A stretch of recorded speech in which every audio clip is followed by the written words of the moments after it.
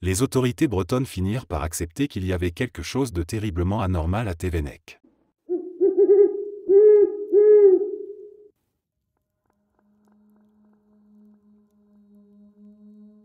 Mon grand-père, alors tout jeune homme, avait trouvé un emploi de gardien dans un phare perché sur une falaise abrupte au bord de la mer. L'endroit était reculé, loin de la civilisation, où seules les vagues et les cris des mouettes tenaient compagnie. Il y passait des semaines, parfois des mois, seul avec pour seule mission de veiller sur le phare et de s'assurer que sa lumière guide les navires dans la nuit. C'était un lieu empreint de mystère, un endroit où le vent hurlait comme s'il portait des murmures oubliés, et où la mer paraissait plus profonde, plus ancienne que partout ailleurs. Mon grand-père ne s'en inquiétait pas au début du moins. Il aimait la solitude, et le calme du phare l'apaisait. Mais au bout de quelques semaines, quelque chose changea. C'était une nuit sans lune, où seules les étoiles perçaient à peine l'épaisse couche de nuages. Le phare projetait sa lumière sur les flots noirs et menaçants. Alors qu'il regardait par la fenêtre, comme il le faisait souvent, il entendit un bruit. Au départ, il pensa que c'était le vent, mais ce son était différent, lourd, profond, comme si quelque chose de gigantesque se mouvait au loin. Un grondement sourd qui résonnait à travers la mer, comme si les profondeurs cachées de l'océan révélaient quelque chose de plus ancien, de plus dangereux. Intrigué mais aussi légèrement inquiet, il scruta l'horizon. C'est alors qu'il vit des formes. D'abord floues, presque imperceptibles dans la brume épaisse, mais il y avait quelque chose là-bas, au-delà de l'horizon. Une silhouette colossale, qui se déplaçait lentement, émergeant à peine de l'eau. Mon grand-père était pétrifié, incapable de comprendre ce qu'il voyait. L'entité, si grande qu'elle semblait engloutir le ciel lui-même, ne ressemblait à rien de connu. C'était une masse noire, informe, mais il pouvait distinguer des mouvements, des membres gigantesques qui remuaient à peine sous la surface de l'océan. Les nuits suivantes, le phénomène se répéta. Toujours au loin, toujours accompagné de ces bruits sourds comme des pas sous-marins. Parfois, il pensait même voir des yeux brillants dans l'obscurité, fixant le phare. L'eau semblait vibrer sous la présence de cette chose, comme si l'océan lui-même était conscient de cette entité qui régnait sous sa surface. Mon grand-père ne savait plus s'il rêvait ou si ses visions étaient réelles. Il se rappelait alors des légendes que les marins locaux murmuraient, des récits de créatures immenses et anciennes qui régnaient sur les profondeurs, des entités que l'homme avait oubliées mais que la mer n'avait jamais abandonnées. Il se demandait si ces mythes, que l'on pensait être des histoires d'ivrognes ou des contes pour effrayer les enfants, ne contenaient finalement pas une part de vérité.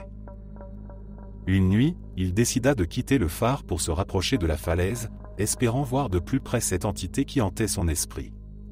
Mais alors qu'il s'approchait, un cri terrifiant, inhumain, résonna dans la nuit. Le sol trembla sous ses pieds, et il vit l'ombre colossale se dresser, plus immense que jamais, comme si elle avait senti sa présence. Terrifié, mon grand-père retourna en courant dans le phare, claquant la porte derrière lui. Ce fut la dernière nuit où il vit cette chose. Par la suite, le calme revint. Les bruits cessèrent, et les formes disparurent de l'horizon. Mon grand-père me disait toujours, en terminant son histoire, qu'il ne savait pas ce qu'il avait vu. Était-ce une hallucination, un effet de la solitude? Ou était-ce vraiment une créature des abysses, une de ces entités oubliées des temps anciens? Il ne l'a jamais su.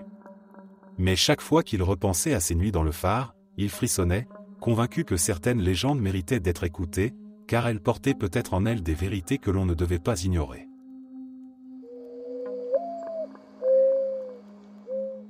Il y a toujours eu quelque chose de particulier avec le phare de ma ville. C'est un endroit que j'ai toujours trouvé fascinant, avec son allure imposante face à l'océan, comme un vieux géant solitaire. Mais au fil des années, j'ai commencé à remarquer quelque chose d'étrange, quelque chose que je ne pouvais pas vraiment expliquer. La pluie. Je sais, ça peut paraître absurde. Il pleut souvent par ici, c'est une région côtière après tout. Mais ce n'est pas ça qui me dérange. Ce qui me perturbe, c'est que, peu importe le temps qu'il fait ailleurs dans la ville, quand je regarde en direction du phare, il y a toujours un nuage gris, suspendu au-dessus de lui, comme une ombre éternelle. Il peut faire beau, le ciel peut être parfaitement dégagé partout autour, mais ce nuage, sombre et menaçant, reste là, juste au-dessus du phare. Et il pleut, doucement mais continuellement. Il n'y a jamais de déluge, juste une pluie fine, mais persistante. comme si le phare attirait la pluie à lui, la gardant jalousement pour lui seul. Au début, je ne prêtais pas trop attention à cette bizarrerie. C'était peut-être une simple coïncidence, me disais-je. Mais avec le temps, ça a commencé à m'obséder. J'en parlais parfois à mes amis, et ils se moquaient gentiment de moi, disant que j'avais l'esprit trop créatif. Pourtant, eux aussi avaient remarqué ce nuage. Ce n'était pas qu'une illusion. Mais personne n'en faisait grand cas. Pour eux, c'était simplement un caprice du climat. Pour moi, c'était autre chose. Un jour, j'ai décidé de m'en approcher. Il ne pleuvait pas en ville, le ciel était d'un bleu limpide. Mais à mesure que je m'avançais vers le phare, je voyais ce nuage gris, suspendu comme une malédiction au-dessus de la tour. Plus je m'approchais, plus l'air devenait humide, lourd, presque étouffant. Et puis, la pluie a commencé. Juste autour du phare. Le sol était détrempé, les pierres ruisselaient d'eau, mais à quelques mètres de là, le sol restait sec. Je me suis tenu juste à la limite, là où la pluie et le beau temps se rencontraient. C'était comme une frontière invisible, un point de non-retour. La pluie s'abattait doucement devant moi, et je me demandais pourquoi cet endroit semblait piégé sous ce nuage constant. Y avait-il une explication logique, ou est-ce que quelque chose de plus sombre se cachait derrière cette apparente banalité ? J'ai demandé à des anciens du village, ceux qui avaient passé toute leur vie ici, s'ils avaient déjà remarqué ce phénomène.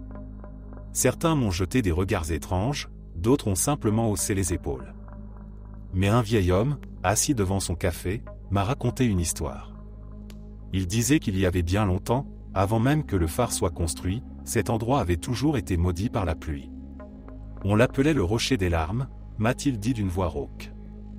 Il racontait que, selon la légende, un homme avait autrefois vécu là, seul et désespéré, priant chaque jour pour que la mer prenne pitié de lui et emporte sa tristesse. Il aurait pleuré chaque jour, jusqu'à ce que la mer réponde à ses appels, et depuis, la pluie ne l'a jamais quitté. Je ne savais pas quoi penser de cette histoire. Était-ce simplement un conte pour effrayer les enfants, ou y avait-il une part de vérité là-dedans ? Tout ce que je sais, c'est que depuis ce jour, je ne regarde plus jamais le phare de la même manière. Parfois, il m'arrive de marcher le long de la plage, et même si le soleil brille au-dessus de moi, je peux toujours voir ce nuage, sombre et immobile, comme une ombre qui refuse de s'éloigner. Je ne sais pas ce qui se cache derrière ce phénomène. Peut-être que c'est juste une bizarrerie de la météo, ou peut-être qu'il y a quelque chose de plus ancien et de plus mystérieux qui enveloppe cet endroit.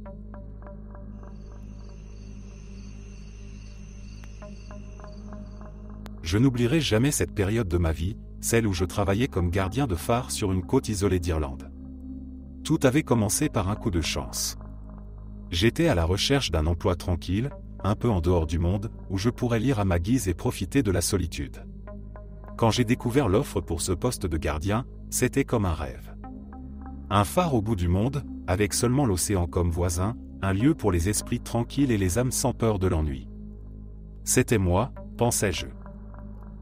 J'étais excité de commencer. Je suis arrivé un jour de printemps, et le phare était tout ce que j'avais imaginé, majestueux, solitaire, debout face à l'immensité de l'océan, comme un gardien silencieux. Les premières semaines étaient idylliques. Le son des vagues s'écrasant contre les rochers, le vent qui sifflait à travers les fenêtres du phare, et le temps infini. Je me disais que c'était l'endroit parfait pour lire tous les livres que je n'avais jamais eu le temps de finir. Mais très vite, quelque chose a changé. Les premiers signes étaient subtils. Des bruits la nuit. Des sons que je n'arrivais pas à identifier. Parfois, c'était comme des chants lointains, presque mélodieux, venant de la mer. Au début, je pensais que c'était des pêcheurs qui passaient au large, ou peut-être une illusion auditive provoquée par le vent et les vagues. Mais ces chants revenaient, de plus en plus distincts, toujours la nuit. Il m'arrivait d'entendre des voix aussi, murmurantes, comme si elles appelaient quelqu'un, ou quelque chose, dans la pénombre. Une nuit en particulier, je me souviens avoir vu des lumières au loin, des lumières de bateaux. Intrigué, je suis sorti, pensant que des visiteurs étaient peut-être en détresse, ou qu'un bateau avait accosté pour une urgence. Mais il n'y avait rien. Rien que l'obscurité, le silence, et la mer infinie qui s'étendait sous la lumière du phare. Les chants s'étaient évanouis. Les lumières aussi. Ça continuait. Parfois, En plein milieu de la nuit, je me réveillais en sursaut, persuadé d'entendre des cloches de bateau ou des cris d'appel. Chaque fois que je sortais, il n'y avait rien. Absolument rien. Pourtant, ces lumières revenaient presque toutes les nuits, dansant sur l'horizon, comme des mirages.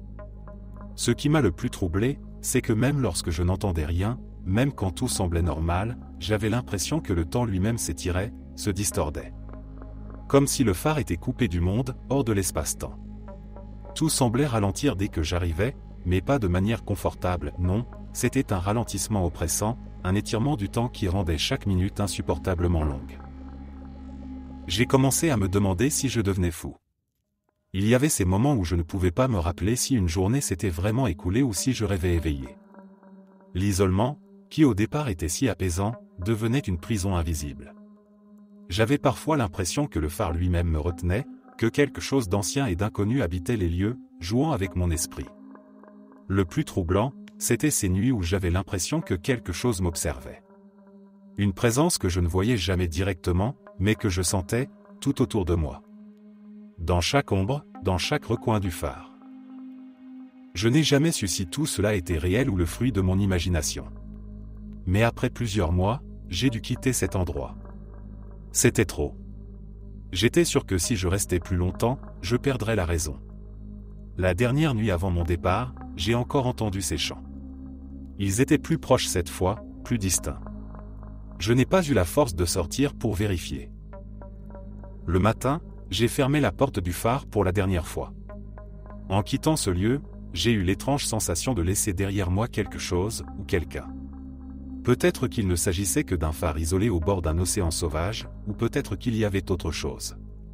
Une présence ancienne, une histoire que le temps avait oubliée, mais qui se rappelait à ceux qui osaient s'attarder trop longtemps. Et depuis, je me demande souvent si les légendes sur les esprits des mers, les âmes perdues ou les créatures de l'océan, ne sont pas, en fait, plus vraies que nous ne le pensons.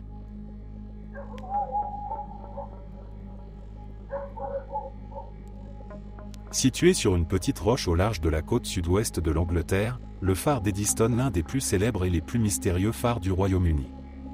Depuis sa construction initiale, il a vu plusieurs de ses incarnations détruites par des forces naturelles, mais l'histoire la plus troublante reste celle du deuxième phare, érigé en 1700, qui fut emporté par une tempête meurtrière 3 ans plus tard.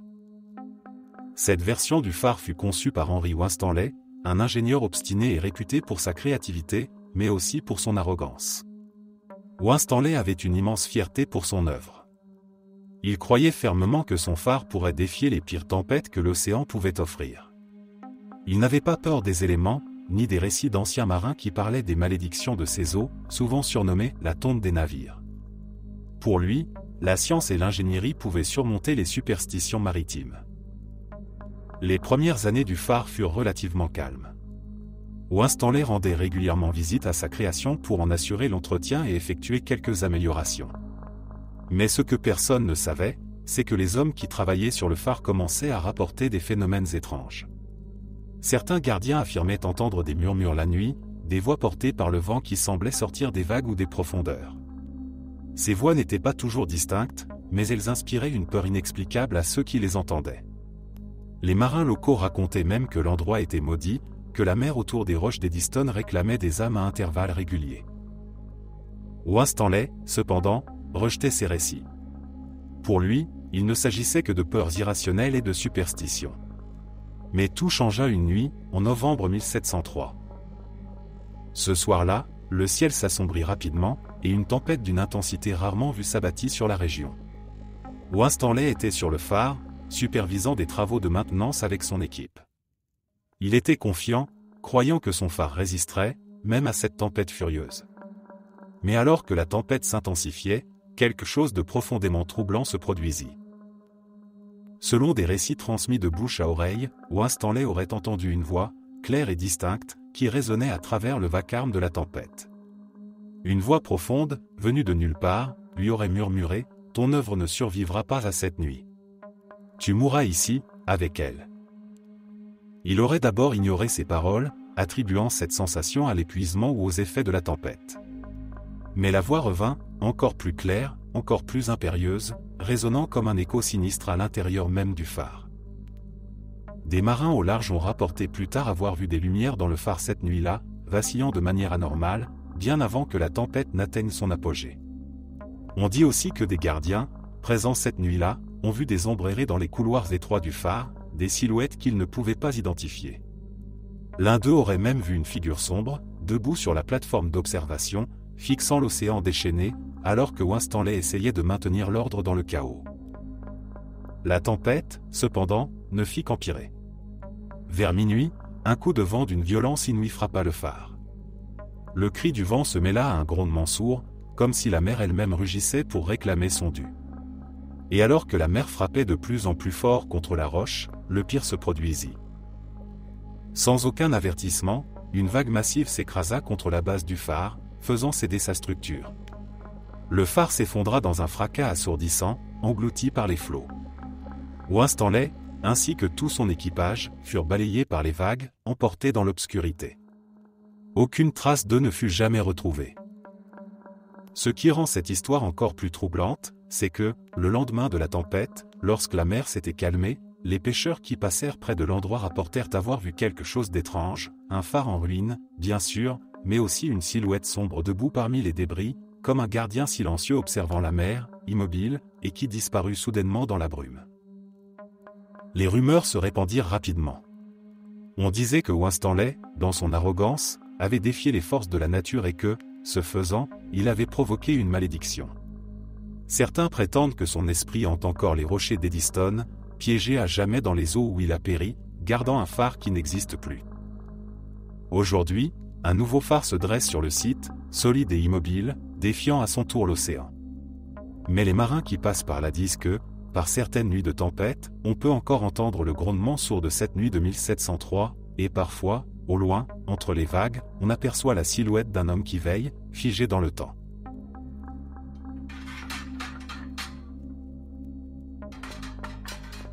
Dans mon village, au bout de la falaise, il y a un vieux phare abandonné. C'est un endroit que tout le monde évite la nuit, mais mes amis et moi, on y va souvent pendant la journée. L'endroit est délabré, tout est cassé. Les vitres brisées, la peinture écaillée, les escaliers grincent sous nos pas. La lumière du phare, elle, est définitivement hors service. Les câbles sont arrachés, les mécanismes rouillés. Rien ne fonctionne. C'est devenu notre terrain de jeu, un refuge pour explorer, loin des adultes. Mais chaque nuit, il se passe quelque chose d'étrange. Alors qu'on rentre chez nous après une journée passée à explorer le phare, une lumière vive attire toujours notre regard. La lumière du phare, celle qui ne devrait pas fonctionner, se remet à briller. Elle éclaire l'océan, balayant l'horizon comme si elle cherchait à guider des navires dans la nuit. Pourtant, on sait qu'il n'y a plus rien d'électrique là-dedans. Rien ne peut expliquer cette lumière, et chaque fois qu'on la voit, un frisson parcourt notre échine. Les choses ont pris une tournure encore plus étrange quand on a commencé à voir des formes au loin, juste à la lisière de la lumière. Des silhouettes de bateaux anciens, des voiles flottant dans le vent nocturne. Ils apparaissent dans l'obscurité, comme des fantômes d'une autre époque, immobiles, comme s'ils attendaient quelque chose. Mais à chaque fois qu'on se rapproche, qu'on essaie de les voir de plus près, ils disparaissent. L'horizon est vide, la mer noire, et il ne reste que le silence. On a tenté de rationaliser, de trouver des explications. Peut-être que c'était des reflets, des illusions créées par la fatigue. Pourtant, chaque soir, la même scène se répète. La lumière, les bateaux, et cette étrange sensation d'être observé. Un soir, on a pris la décision d'y retourner, de nuit cette fois. On voulait savoir. Comprendre pourquoi cette lumière brille encore alors que tout devrait être éteint. On a monté les escaliers du phare, nos lampes torchées à la main, nos pas résonnant dans le silence oppressant. Au sommet, comme on s'y attendait, la lanterne était éteinte. Rien ne fonctionnait, tout était aussi déconnecté qu'avant. Pourtant, dehors, à travers les vitres, la lumière brillait toujours, et au loin, les silhouettes des bateaux étaient là. Des navires immenses, silencieux, fantomatiques. Ils semblaient attendre, figés dans le temps. L'air était lourd, presque suffocant. Et puis, un bruit s'est fait entendre. Un son sourd, profond, venant de l'intérieur du phare. Comme un battement, ou peut-être un grondement. On ne savait pas quoi faire. Le sol semblait vibrer sous nos pieds. L'atmosphère devenait étouffante, comme si quelque chose, ou quelqu'un, se rapprochait. On n'a pas attendu pour le découvrir. La panique nous a pris, et on a dévalé les escaliers sans se retourner. Le bruit continuait, comme si quelque chose nous suivait, mais on n'a pas osé regarder. Arrivé en bas, le phare derrière nous, tout est redevenu silencieux. La lumière du phare s'est éteinte d'un coup. Les bateaux avaient disparu. Il ne restait que l'obscurité de la mer et le murmure du vent.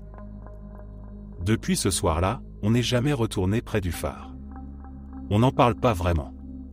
Il y a cette peur sourde qu'on n'arrive pas à expliquer, cette certitude que ce lieu cache quelque chose. Quelque chose qui n'appartient pas à ce monde. Je vis dans une petite ville au bord du lac Supérieur, et j'ai toujours entendu parler de phares supposément hantés dans la région. Il y a une sorte de mystère qui les entoure, avec des histoires de naufrages tragiques, d'âmes perdues et, bien sûr, de fantômes. Mais je n'avais jamais entendu parler d'activités paranormales dans le phare de ma propre ville. J'ai donc été agréablement surpris d'apprendre qu'il proposait des visites paranormales du phare. Je ne m'attendais pas à grand-chose, mais j'ai pensé que ce serait une expérience amusante à partager avec ma femme. La première fois que nous y sommes allés, c'était assez intense, mais c'est une histoire pour une autre fois. Notre groupe avait capté plusieurs réponses intelligentes via des enregistrements EVP, voix électronique. Toutefois, la seconde fois fut plutôt intéressante aussi. En gros, il semblerait que l'esprit d'un enfant réside dans le phare.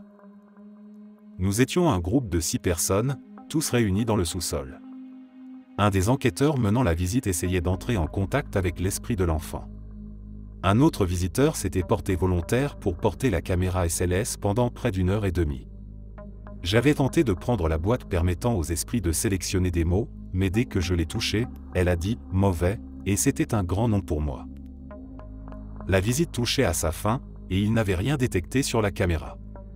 Je me tenais de l'autre côté de la pièce, en face de l'homme avec la caméra, quand j'ai soudain remarqué que les poils de mes bras se dressaient et que ma peau picotait. J'allais en parler à ma femme, mais avant que je ne puisse dire quoi que ce soit, elle m'a attrapé la main et m'a dit que son autre main était devenue glacée.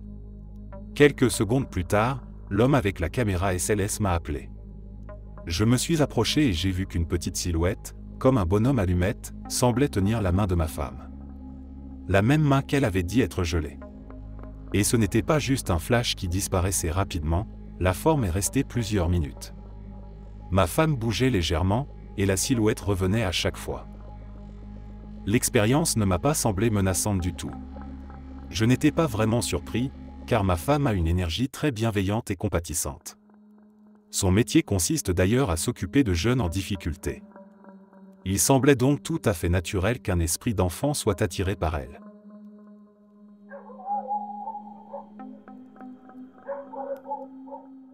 Quand j'étais petit, mes parents m'ont toujours interdit de m'approcher du vieux phare qui se trouvait à l'extrémité de notre village.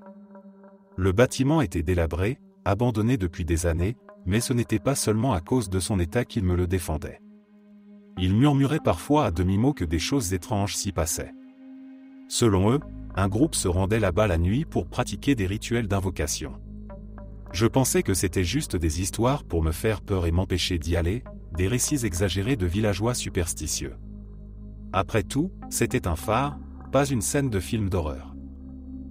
Mais, comme tous les enfants, l'interdit attisait ma curiosité. Un jour, à l'adolescence, moi et 2 de mes amis avons décidé d'y faire un tour. C'était une fin d'après-midi d'automne, le ciel était gris et le vent soufflait fort. C'était parfait pour s'aventurer dans ce lieu mystérieux. On avait décidé qu'on irait juste jeter un coup d'œil rapide, rien de bien méchant. On ne voulait pas rester trop longtemps, juste assez pour dire qu'on l'avait fait. En arrivant, l'endroit avait une aura étrange. Les murs du phare étaient couverts de mousse, les fenêtres brisées et l'herbe autour était si haute qu'elle donnait l'impression que le bâtiment se fondait dans la nature. À l'intérieur, l'atmosphère était pesante, presque oppressante. On aurait dit que le temps s'était arrêté. Mais ce qui m'a vraiment frappé, c'étaient les symboles. Sur le sol, en plein milieu de la pièce principale, il y avait des dessins bizarres gravés dans la poussière. Des cercles, des formes géométriques que je ne reconnaissais pas, et des symboles qui ressemblaient à des écritures anciennes. Tout autour, il y avait de petites figurines faites avec des bâtons de bois, comme des sortes d'effigies, plantées tout autour du cercle. Certaines étaient posées de manière désordonnée, d'autres étaient soigneusement placées, comme si elles suivaient un schéma précis. Mes amis et moi avons échangé des regards perplexes. C'était bizarre, mais à cet âge-là, tout nous semblait plus mystérieux que dangereux. On a ri un peu nerveusement, en se disant que c'était probablement l'œuvre d'ados qui cherchaient à s'amuser ou à faire peur aux curieux comme nous. Après tout, il n'y avait rien de surnaturel, juste des bâtons et des gribouillages. Mais l'air autour de nous semblait un peu plus froid, plus lourd. On n'est pas resté longtemps.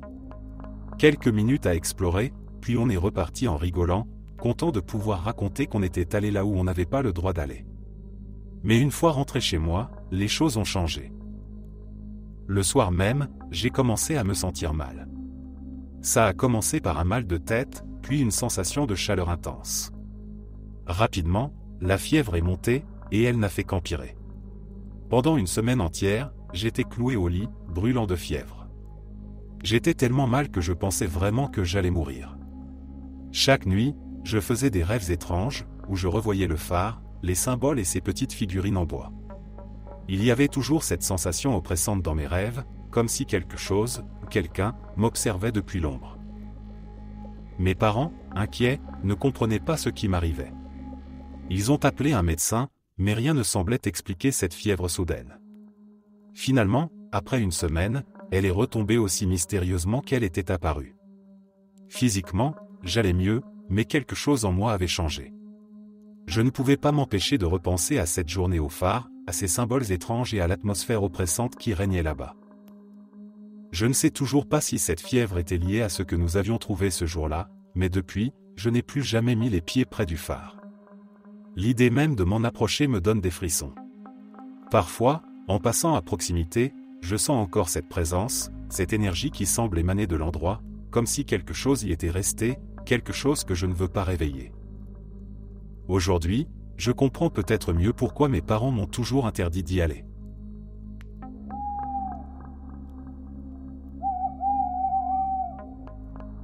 Ceci est l'histoire de mon grand-père, pas la mienne. Lorsque mon père et ses sœurs étaient enfants, ils déménageaient souvent à cause du travail de mon grand-père, qui était dans les marines. Leur dernier poste avant de se poser pour de bon était au phare de Pensacola. Mon grand-père avait combattu au Vietnam, et d'après ce qu'on m'a raconté, il avait tué 13 hommes là-bas et vu des choses horribles. C'était un homme dur comme la pierre, pratiquement rien ne l'effrayait, sauf ce qu'il a vécu dans ce phare. Mon père m'a dit que mon grand-père ne parlait jamais de cette expérience. Chaque fois que quelqu'un en parlait, son visage devenait pâle, comme s'il revivait des flashbacks de guerre. De ce que j'ai entendu, toutes les nuits, ils entendaient des pas résonner sur les grandes marches en métal qui menaient à la lumière du phare, et une odeur puissante de tabac à pipe envahissait la maison. Ils avaient un petit chien blanc, très calme et qui n'aboyait presque jamais, jusqu'à ce qu'ils emménagent dans le phare. Chaque nuit, ils se tenaient toujours au même endroit dans la chambre des enfants, regardant fixement dans une direction, aboyant sans arrêt pendant des heures. Cela rendait tout le monde fou. Ils entendaient aussi le cliquetis de chaînes toutes les 2 nuits, et ma tante m'a même raconté qu'elle voyait parfois une grande silhouette noire d'un homme debout dans les encadrements de porte ou sur les escaliers du phare. Tout cela paraissait déjà effrayant, mais ce qui rend l'histoire encore plus glaçante, c'est ce que j'ai découvert plus tard. J'ai visité ce phare, aujourd'hui devenu un musée, et appris que le premier gardien du phare avait été brutalement assassiné par sa femme dans cette même maison. D'après la légende, elle était devenue folle de jalousie à propos du phare et lui avait tranché la gorge avec un couteau, le laissant se vider de son sang sur le sol. On raconte que la tache de sang a été nettoyée de nombreuses fois, mais qu'elle réapparaît toujours. Mes grands-parents ont même essayé de la faire disparaître, sans succès, c'était la pièce où dormaient les enfants. Après avoir tué son mari, la femme est restée vivre seule dans le phare jusqu'à sa mort en 1855. Le meurtre aurait eu lieu dans les années 1840. Un soir, mon grand-père était éveillé, incapable de dormir à cause du bruit des chaînes et de l'odeur persistante de tabac à pipe. Il a essayé d'ignorer tout ça et de se rendormir, mais en se retournant, il a vu la silhouette d'une femme, brandissant un couteau au-dessus de son corps. Elle a disparu juste au moment où elle allait frapper. Mon père m'a dit qu'à ce moment-là, mon grand-père a failli perdre la raison. Un mois plus tard, il a fait ses valises, pris toute la famille, et ils sont partis sans jamais revenir. Ils étaient les derniers à vivre dans ce phare avant qu'il ne soit transformé en musée maritime. Aujourd'hui, des visiteurs racontent que des objets leur sont lancés ou qu'ils voient la même femme apparaître dans les toilettes ou dans d'autres pièces. J'ai visité ce phare une fois, quand j'étais plus jeune, et l'atmosphère y est vraiment angoissante, surtout sur les longues marches métalliques menant à la lumière, plongées dans l'obscurité. Il y a même des panneaux dans les toilettes qui indiquent les endroits où les apparitions sont les plus fréquentes, le plus célèbre étant la salle de bain des femmes. Lors de ma visite, j'ai constamment ressenti une présence, comme si quelqu'un m'observait, et j'ai eu des frissons glacés à plusieurs reprises. Le moment le plus étrange a été en entrant dans la pièce où le meurtre avait eu lieu, une sensation de malaise m'a envahi instantanément. Mon grand-père, qui n'avait peur de rien, pas même du cancer qu'il a finalement emporté, avait été si terrifié par cet endroit qu'il a quitté la maison sans se retourner, moins d'1 an après y avoir emménagé. Si jamais vous habitez près de Pensacola, je vous conseille de visiter ce phare. C'est un endroit fascinant, et si vous aimez le frisson, vous pourrez peut-être y passer la nuit, surtout lors des pleines lunes ou pendant Halloween. Il paraît qu'ils organisent encore des visites nocturnes jusqu'à minuit, même si cela a peut-être changé depuis ma dernière visite. Vous pouvez facilement trouver des informations en ligne sur le meurtre et les mystères qui entourent le phare. D'ailleurs, il figure sur la liste des lieux les plus hantés des États-Unis.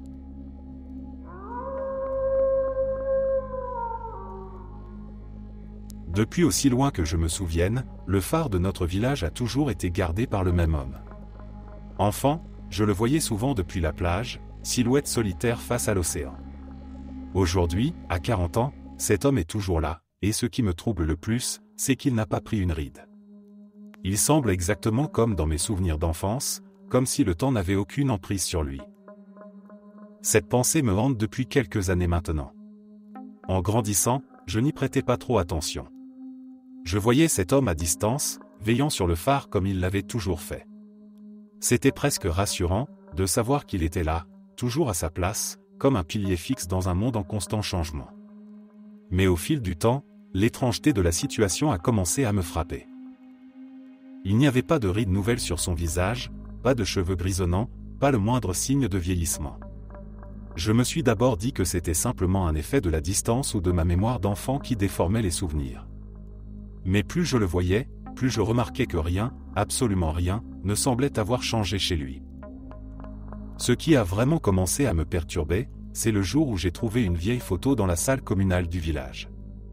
Elle datait des années 70, un cliché en noir et blanc des anciens habitants. En fouillant parmi les visages, j'ai soudain reconnu celui du gardien du phare. La même coupe de cheveux, les mêmes traits, le même regard intense. Il avait l'air d'avoir la cinquantaine sur cette photo, tout comme maintenant. Pourtant, cette photo avait plus de 40 ans. Je me souviens avoir ressenti un frisson me parcourir le dos. Je n'avais jamais vraiment remarqué à quel point cela était étrange avant ce moment. Et ce qui m'a frappé encore plus, c'est que personne dans le village n'en parlait jamais. C'était comme si tout le monde acceptait cet homme sans se poser de questions, comme si c'était normal qu'il ne vieillisse pas. J'ai commencé à prêter plus d'attention à lui. Il était très réservé, ne quittant presque jamais le phare. Je l'apercevais parfois descendre au village pour acheter quelques provisions, mais toujours seul, sans échanger plus que quelques mots avec les commerçants. Il n'avait pas de famille, pas d'amis que je connaissais. On ne le voyait jamais participer aux fêtes ou événements du village.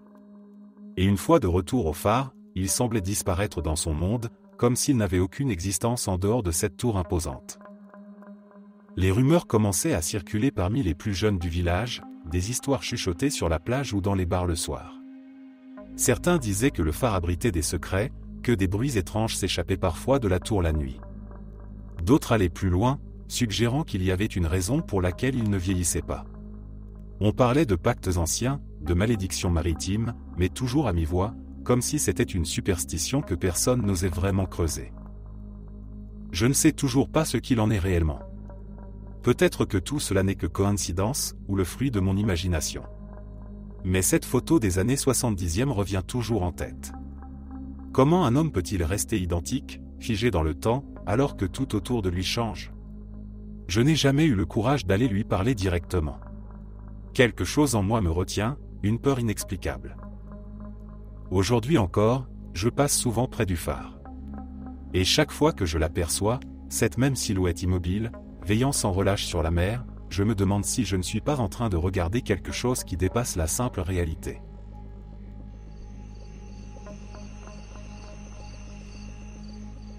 Le phare de Grosse Point à Evanston, dans l'Illinois, est un monument national situé sur la rive nord de Chicago. Enfant, je vivais tout près de là. Après avoir déménagé dans un autre État, j'ai eu l'occasion, en tant qu'adulte, de revisiter ma maison d'enfance. C'était l'été, et une idée folle m'est venue en tête, faire quelque chose que je n'avais jamais osé tenter enfant, une baignade nocturne à la plage du phare. Pendant la journée, la plage est magnifique, avec des sauveteurs rendant la baignade sur Mesa, c'est de jour. La nuit, elle est tout aussi belle, mais pas pour se baigner. C'est surtout un endroit populaire pour les rendez-vous amoureux dans le parking. Quand j'étais jeune, l'idée même de me baigner la nuit à Lictus Beach ne m'avait jamais traversé l'esprit. C'était illégal, clairement indiqué par des panneaux. Et c'était terrifiant à imaginer. Et si je me noyais et que mon corps était retrouvé sur le sable? Je connaissais bien les lieux et j'ai décidé de m'y rendre à pied. Pas question de me garer directement sur le parking. Il y a un passage sur le côté sud du phare. Un petit chemin, non visible depuis la route Sheridan, et non éclairé. Mon cœur battait la chamade. Contre ma meilleure intuition, j'ai continué. À un moment, j'ai cru voir une silhouette s'avancer vers moi, comme si elle allait me percuter. La figure ressemblait à un reflet, comme celui qu'on voit dans une porte tournante. Sauf qu'il n'y avait ni porte ni fenêtre à cet endroit. Juste un parterre de fleurs. Mon esprit me jouait des tours, me suis-je dit. Mais je savais que je devais abandonner. Je suis superstitieux. Je l'ai pris comme un signe. Avant de me précipiter sur la plage comme un imbécile téméraire, j'ai observé les environs depuis l'ombre. Une voiture de police était garée dans le parking. Le policier ne m'avait pas vu, ou s'il m'avait remarqué, il n'en donnait aucune indication. Soulagé, j'ai décidé de ne pas poursuivre mon idée. Après tout, ma conscience resterait intacte et mon respect pour ce lieu historique aussi. Il y a un banc au bout du chemin qui donne sur la plage. Tant que je restais dans l'ombre, je pouvais rester là aussi longtemps que je le souhaitais. Juste moi et le policier. J'ai allumé une cigarette. Un groupe d'ados est descendu en titubant le long du chemin, parlant fort et riant. Je me suis dit que je pourrais m'amuser un peu avec eux. Alors qu'ils passaient près de moi, j'ai murmuré depuis l'ombre, « Je ne le ferai pas à votre place, il y a une voiture de police qui attend les baigneurs dans le lot. » Ils m'ont ignoré. J'étais persuadé qu'ils feraient demi-tour en voyant la voiture de police. Mais non, ils ont continué. Le policier a attendu qu'ils entrent dans l'eau pour allumer son projecteur et leur hurler dans son haut-parleur de sortir ou de se faire arrêter. Les ados trempés sont retournés sur leurs pas, toujours sans me prêter attention. Ça m'a traversé l'esprit de leur dire « Je vous l'avais dit, mais à quoi bon ?» Beaucoup de gens se sont noyés lors de naufrages près de Grosse Point. C'est pour ça que le phare a été construit.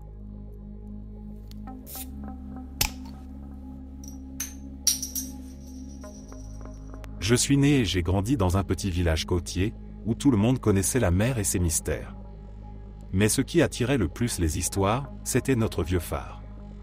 Il se dressait fièrement au bout d'une falaise, battu par les vents et les vagues, comme une sentinelle solitaire face à l'océan. Une légende circulait depuis toujours dans le village, une légende sombre que les anciens murmuraient au coin du feu, tous les gardiens du phare meurent quelques mois après avoir été embauchés. Je n'y ai jamais cru. C'était le genre d'histoire qu'on raconte pour effrayer les enfants, un conte destiné à préserver le mystère autour du phare. Pourtant, année après année, les gardiens qui venaient s'occuper du phare disparaissaient. Un accident en mer, une chute mortelle sur la falaise, ou des maladies soudaines.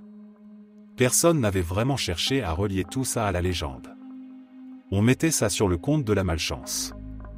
Après tout, travailler dans un phare isolé n'avait jamais été sans danger. Un jour, mon oncle, qui avait besoin d'un travail stable, accepta le poste de gardien. Il était un homme solide, sans superstition. Je me souviens de lui, rigolant des avertissements des vieux du village, leur disant qu'il serait le premier à prouver que tout ça n'était que des balivernes. Pour lui, c'était juste un boulot, pas un pacte avec la mort. Pendant les premières semaines, tout se passait bien.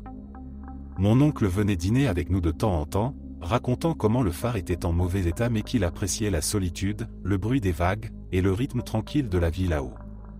Rien d'inquiétant. Puis, après environ 2 mois, il a commencé à changer. Il devenait plus silencieux, plus nerveux. Quand je lui demandais comment ça se passait là-bas, il se contentait de hausser les épaules et de changer de sujet. Je me souviens l'avoir vu un soir, son regard perdu au loin, fixant la mer sans rien dire. Ce n'était pas lui, ce n'était pas le même homme qui avait accepté le poste en riant des superstitions locales. Et puis, un soir, il a eu cet accident de moto. Il roulait sur la route côtière quand il a perdu le contrôle dans un virage, s'écrasant contre les rochers en contrebas. Les gens disaient que c'était un accident, une erreur d'inattention, mais quelque chose dans cette histoire ne collait pas. Ce n'était pas son genre de prendre des risques. Et c'est là que la légende du phare m'est revenue en tête, pour la première fois avec un goût amer. Tous les gardiens meurent. Ce n'était plus juste une histoire pour effrayer les enfants. Mon oncle était mort, et je ne pouvais m'empêcher de me demander si le phare y était pour quelque chose. Les jours qui ont suivi son accident, j'ai commencé à poser des questions.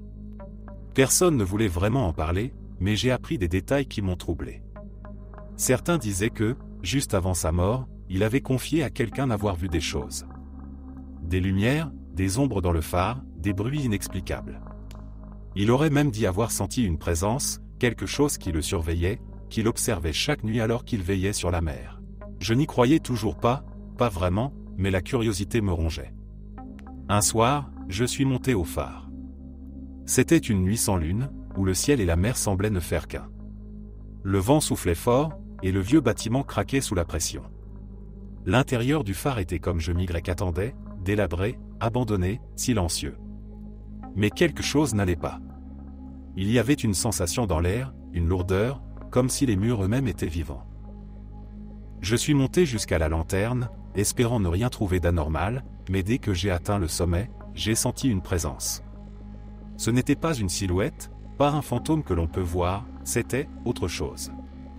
Une pression. Quelque chose d'invisible qui me pesait sur la poitrine. J'ai essayé de rationaliser, de me dire que c'était juste l'effet du vent et de la solitude, mais j'ai commencé à entendre des murmures. Des bribes de voix, étouffées, comme venant de l'intérieur du phare. Je ne comprenais pas les mots, mais ils étaient là, insidieux, murmurant des choses que je n'aurais jamais voulu entendre. C'est alors que j'ai compris pourquoi mon oncle avait changé. Pourquoi tous les gardiens avaient changé avant lui. Ce n'était pas la solitude qui les avait rongés, c'était quelque chose dans le phare. Quelque chose qui les avait attendus, chaque nuit, patiemment, jusqu'à les briser. Je suis parti en courant. J'ai quitté cet endroit et je ne suis jamais revenu. Aujourd'hui encore, je me demande ce que c'était. Une malédiction ? Une présence qui hante ce phare depuis des siècles ? Ou était-ce simplement la peur, la folie qui s'empare des esprits isolés ?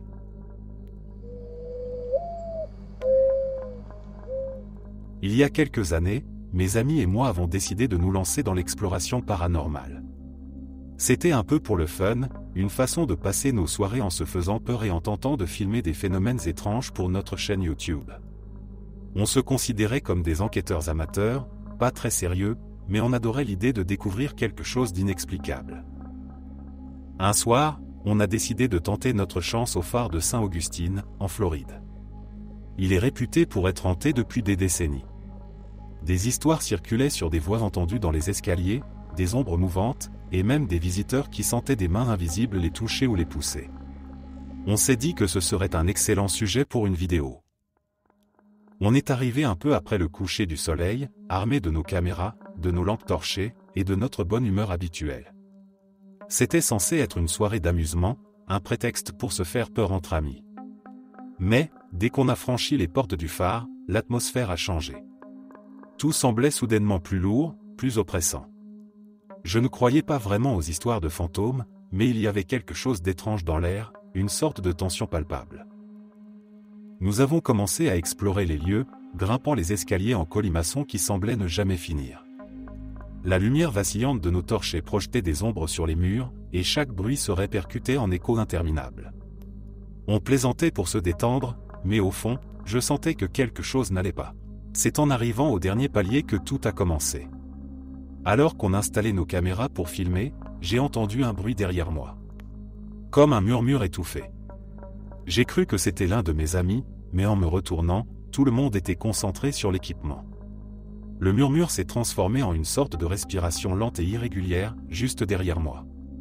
J'ai regardé autour, mais il n'y avait personne. Je me suis figé. Puis, d'un coup, j'ai senti quelque chose. Une pression sur mon dos. Comme une main qui me poussait, avec une force discrète mais incontestable. Je me suis brusquement retourné, pensant que l'un de mes amis me faisait une mauvaise blague, mais ils étaient tous à bonne distance de moi. Personne n'était assez proche pour m'avoir touché. J'ai ri nerveusement, essayant de me convaincre que j'avais rêvé. Mais les choses ont empiré. Un de mes amis, qui se tenait près de la rambarde, a soudainement reculé d'un bond. Il a juré qu'il venait de sentir une main froide se poser sur son épaule. Je le connais depuis des années, et je ne l'avais jamais vu aussi pâle. Il n'avait pas l'air de plaisanter. C'est à ce moment-là qu'on a entendu les bruits. Des bruits de pas, venant de l'escalier, mais personne ne montait.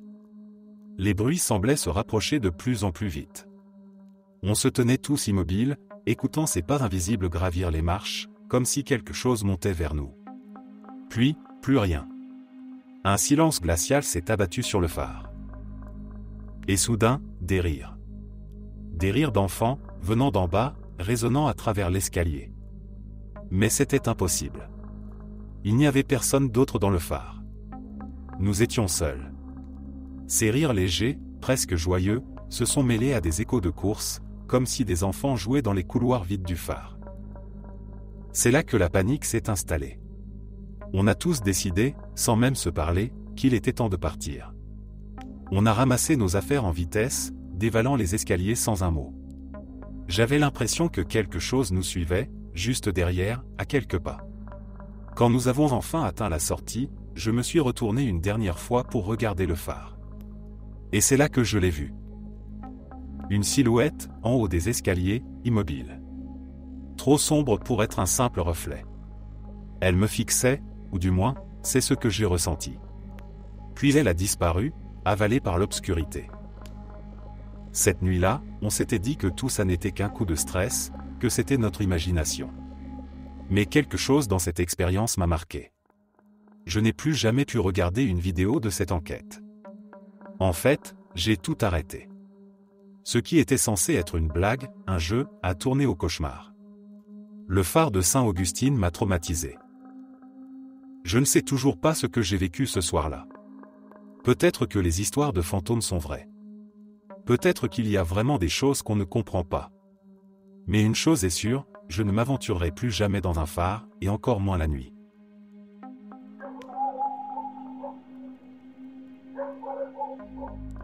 Quand ma sœur et moi étions enfants, notre père nous racontait souvent des histoires le soir avant de nous endormir. Mais il y en avait une qui nous fascinait et nous terrifiait en même temps, celle du phare sans fond. Chaque fois qu'il la racontait, il baissait la voix et la pièce semblait devenir plus froide, plus sombre.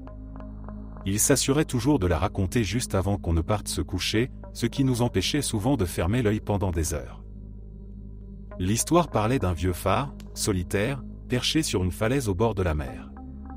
Ce phare n'était pas très différent de ceux que l'on voyait dans notre village, ce qui rendait l'histoire encore plus effrayante pour nous.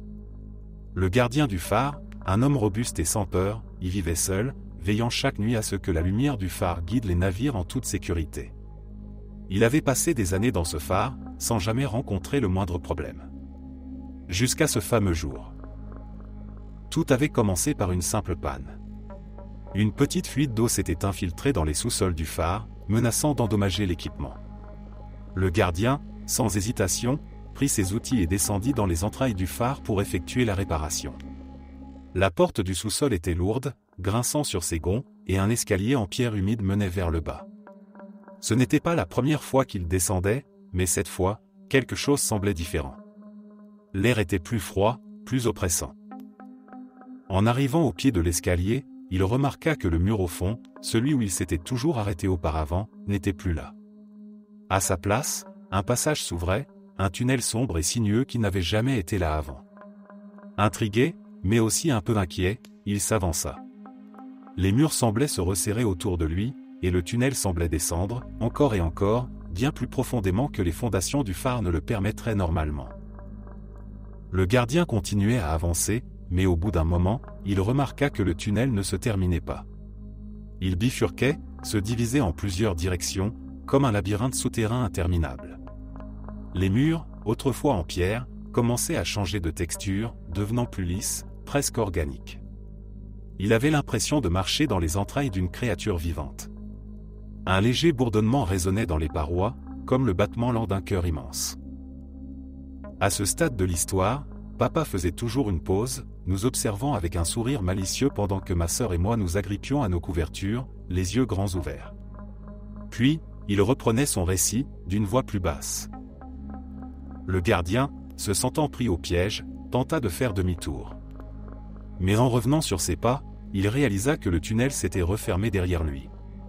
Les parois, désormais mouvantes, ne cessaient de changer de forme, rendant impossible tout repère. Il n'y avait plus de sortie. Désespéré, il continua à avancer, espérant trouver une issue. Mais au fur et à mesure qu'il progressait, il commençait à sentir une présence. Quelque chose, ou quelqu'un, l'observait depuis l'obscurité. Plus il s'enfonçait, plus le temps semblait perdre tout son sens. Des heures, peut-être des jours s'écoulèrent, mais il ne trouvait ni sortie ni fin à ce réseau de tunnels. Les murmures dans les parois se faisaient plus forts, plus distincts, comme si des voix venues d'une autre dimension l'appelaient. Fatigué, à bout de force, il finit par s'effondrer sur le sol, le regard fixé sur le vide devant lui. C'est là que l'histoire devenait encore plus étrange. Selon mon père, le gardien n'était jamais réapparu. Mais parfois, on racontait que les marins en mer voyaient des ombres dans la lumière du phare. Des silhouettes qui n'appartenaient à aucun être humain connu, des entités qui semblaient rôder à la lisière de notre monde. Certains disaient que le gardien n'avait jamais quitté le phare, qu'il errait encore dans ses souterrains, piégé entre deux dimensions, à jamais perdu. Papa finissait toujours l'histoire en disant que le phare existait vraiment, quelque part loin d'ici, et que des rumeurs circulaient encore à son sujet. Ma sœur et moi, nous le regardions, à la fois fascinés et terrifiés, nous demandant toujours si cette histoire n'était pas un peu plus réelle qu'il ne voulait bien l'admettre.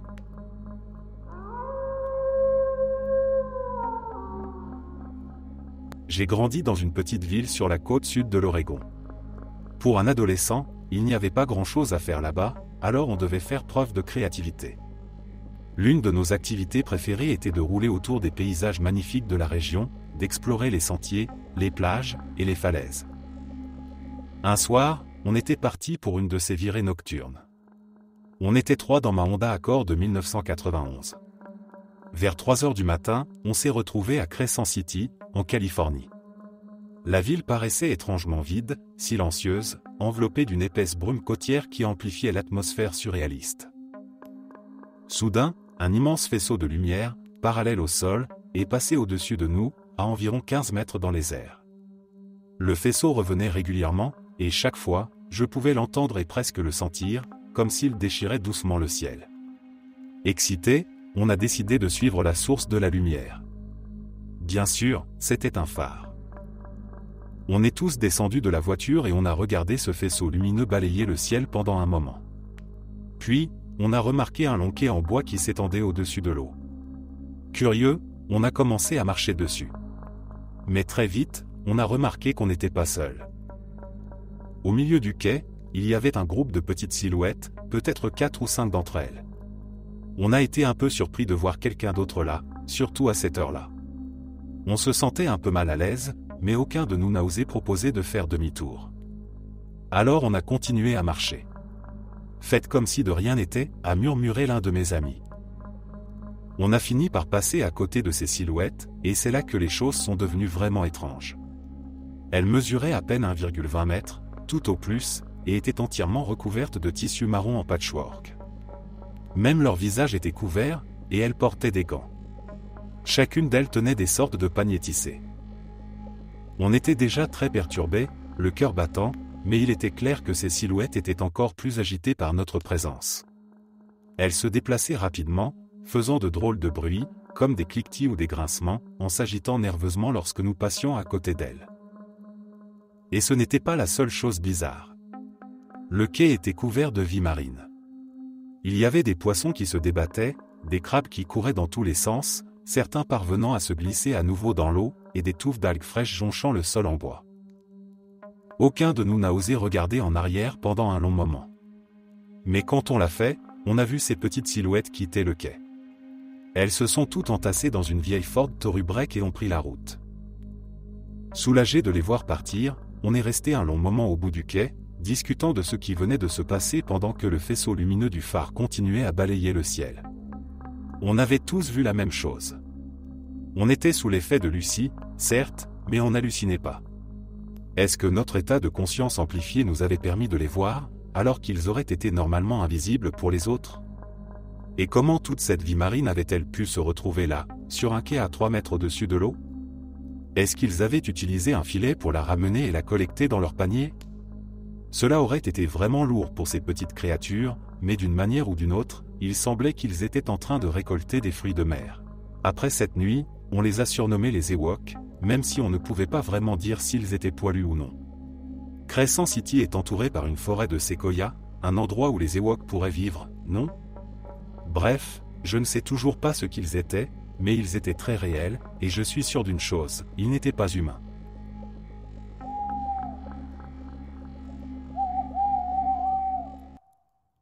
L'histoire des 3 gardiens du phare des îles Flânans est l'une des énigmes les plus troublantes de l'histoire maritime.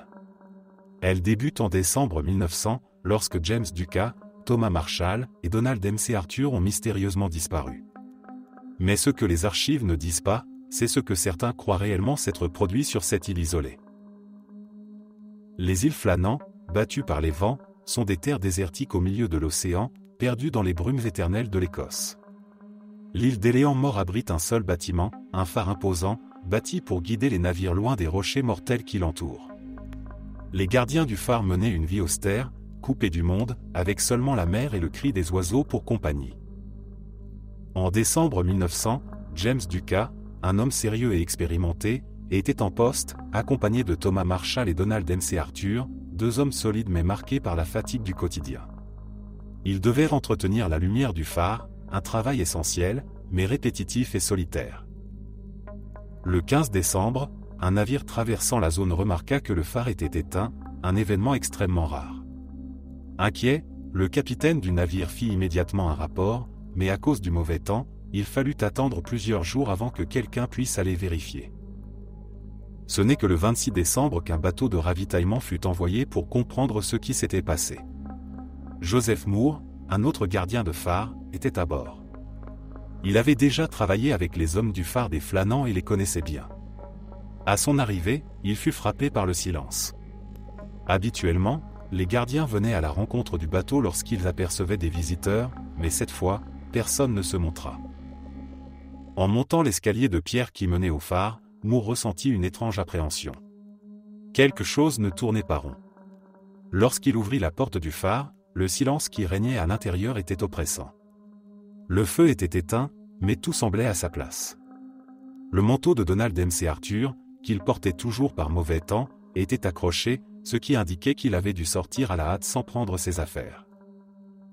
Dans la cuisine, la table était dressée pour un repas qui n'avait jamais été mangé. Il y avait des chaises renversées, comme si une dispute ou une panique soudaine avait éclaté. Mais il n'y avait aucun signe de lutte. Aucun corps. Juste un vide glaçant. Moore fouilla le phare de fond en comble, sans rien trouver. Ses collègues étaient introuvables. Dehors, la mer rugissait, mais il savait que quelque chose de plus sombre s'était produit ici. Il se souvenait des rumeurs, des histoires que les anciens marins racontaient sur cette île. On disait que les îles Flânans étaient hantées, que des forces anciennes y résidaient, et que quiconque s'y aventurait trop longtemps risquait de ne jamais revenir. En explorant l'île, Moore trouva des traces inquiétantes près d'une falaise. Une corde de sécurité était déployée, comme si quelqu'un avait tenté de descendre, mais il n'y avait aucune indication d'une chute ou d'un glissement de terrain. Juste le vide. Une autre observation le troubla encore plus, l'une des notes laissées dans le registre par Thomas Marshall mentionnait de violentes tempêtes les jours précédents, bien que, selon les rapports de l'époque, le temps était calme durant cette période. Marshall avait aussi noté que Dukas était devenu silencieux et que MC Arthur, un homme réputé pour son tempérament, pleurait. Ces comportements étaient totalement inhabituels pour des hommes aussi robustes et habitués à la dure vie en mer. Le dernier message était encore plus étrange, les tempêtes se sont calmées. Dieu est au-dessus de tout. Ce fut la dernière note enregistrée. Après plusieurs jours d'enquête, il devint évident que les hommes avaient disparu sans laisser de traces. Mais comment? Et pourquoi? Il y avait des théories, certains parlaient d'une vague gigantesque qui aurait emporté les hommes, d'autres murmuraient que l'un d'eux aurait pu sombrer dans la folie et attaquer les autres avant de se jeter dans l'océan. Mais aucune preuve solide n'a jamais été trouvée. Cependant, il existe une théorie plus sinistre, celle qui raconte que l'île elle-même, imprégnée de légendes anciennes, abrite une force sombre et malveillante. Les anciens du village disaient que les îles Flânans étaient le territoire de créatures qui ne toléraient pas la présence des hommes. On disait que les marins les plus sages n'osaient jamais s'approcher de l'île au crépuscule, car c'était à ce moment-là que les voix des profondeurs se faisaient entendre. Certains affirment avoir vu, les soirs de tempête, des silhouettes se tenant sur les falaises d'éléants morts, là où les 3 gardiens ont disparu. Des formes floues, indistinctes, observant l'horizon, comme si elles attendaient quelque chose ou quelqu'un. Des marins racontent que, certains soirs, ils entendent des cris lointains portés par le vent. Des cris d'hommes désespérés, réclamant de l'aide. Aujourd'hui encore, le mystère des 3 gardiens du phare des îles Flânans reste non résolu. Mais ceux qui osent s'aventurer sur l'île racontent qu'ils ressentent toujours cette étrange présence, comme si les âmes perdues de James Ducas, Thomas Marshall et Donald MC Arthur n'avaient jamais vraiment quitté cet endroit maudit.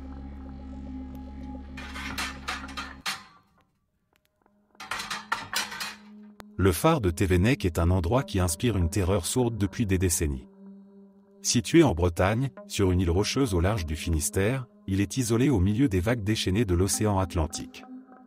Ce phare, comme tant d'autres, a été construit pour protéger les marins des récifs traîtres. Mais contrairement aux autres, Thévenec est réputé pour être maudit. La construction du phare, dans les années 1870, a été marquée par des accidents inexplicables. Les ouvriers qui y travaillaient racontaient entendre des voix dans le vent, des murmures incompréhensibles semblant sortir des rochers eux-mêmes. Pourtant, une fois construit, le phare devait être habité, et c'est là que les véritables horreurs ont commencé. Le premier gardien affecté à Thévenec, un homme robuste du nom d'Henri, était un marin chevronné, habitué à l'isolement et aux conditions de vie difficiles. Mais très vite, son comportement changea. À peine quelques mois après son arrivée, il commença à parler de voix étranges qu'il entendait la nuit, et d'une présence qu'il sentait constamment près de lui, bien qu'il fût seul. Personne ne le crut au début.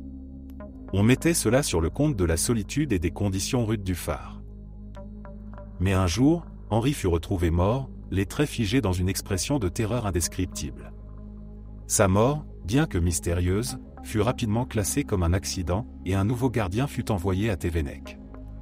Mais il ne resta que quelques semaines avant de sombrer dans la folie. Il parlait lui aussi de voix et de quelque chose qui le suivait dans les couloirs du phare, toujours juste hors de vue. Il quitta le phare en hurlant, refusant d'y remettre les pieds. Les gardiens suivants connurent des destins similaires, mort mystérieuse, suicide ou départ précipité après avoir été hantés par les mêmes phénomènes. Les autorités bretonnes finirent par accepter qu'il y avait quelque chose de terriblement anormal à Thévenec. Une légende locale prit alors de l'ampleur, celle de l'homme sans visage.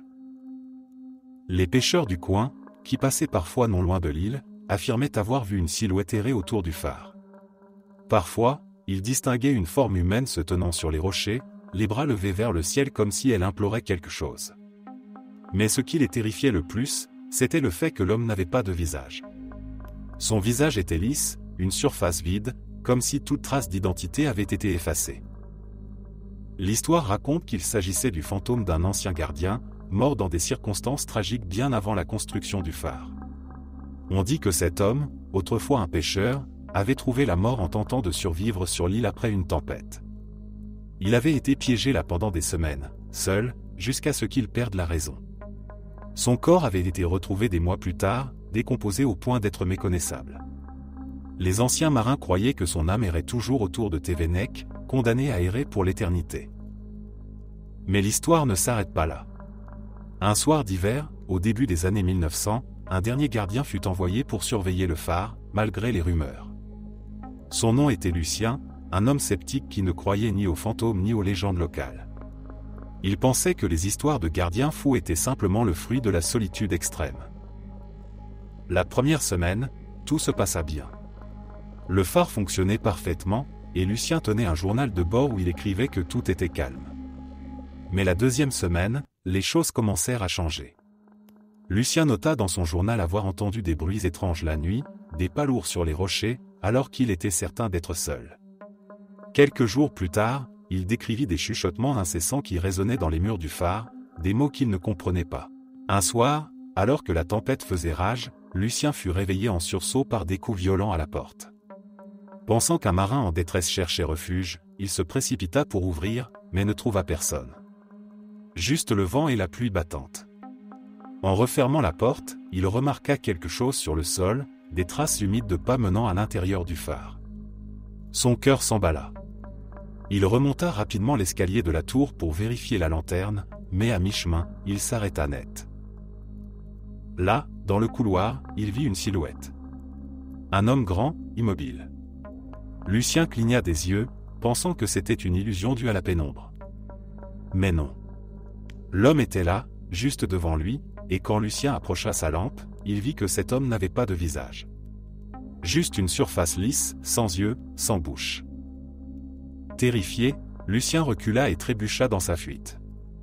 Il courut jusqu'à sa chambre et s'enferma, priant pour que l'apparition disparaisse.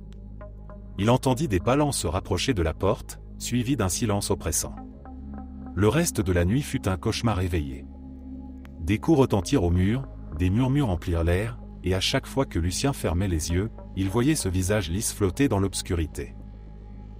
Le lendemain matin, Lucien partit sans un mot. Il laissa tout derrière lui, refusant de retourner au phare, même pour récupérer ses affaires. Il raconta son histoire à des proches, mais personne ne voulut le croire. Il quitta la région peu après, emportant avec lui le souvenir de cette nuit d'horreur. Depuis ce jour, plus aucun gardien n'a été affecté à Tevennec. Le phare fut automatisé, et l'île est restée déserte. Mais les pêcheurs disent encore que, les soirs de tempête, ils aperçoivent une silhouette errer autour du phare, un homme sans visage, toujours là, à surveiller quelque chose que seul lui connaît. Merci d'être resté jusqu'à la fin. N'oubliez pas d'aimer la vidéo, de vous abonner et de partager vos propres histoires en commentaire. On se retrouve demain à la même heure devant ce feu.